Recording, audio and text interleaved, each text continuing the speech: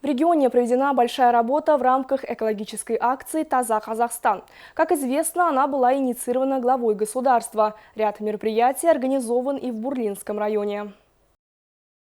Цель акции – пропаганда патриотизма, формирование бережного отношения к природным ресурсам. В Бурлинском районе многие учреждения и организации с начала года провели десятки акций чистоты, неся свой вклад в общую работу. В их числе студенческие отряды «Жасыл-Ель», которые проделали большую работу.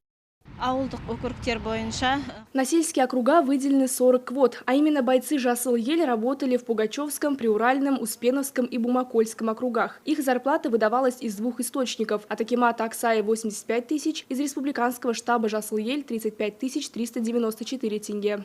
На одном из заседаний правительства говорили о строительстве 37 заводов, которые смогут перерабатывать 1,2 миллиона тонн мусора. Кроме того, имеется 21 проект по сортировке 3 миллионов тонн ТБО. В этом направлении в районе запущены предприятия по переработке отходов и утилизации.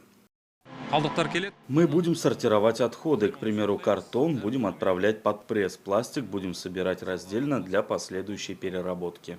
Запуск нового проекта положительно скажется на экосистеме района. Алексей Кочемасов, Алмагут Джимпиисова, Марат Жумагалиев, Алихан Ясказиев, Акжаик Акпарат.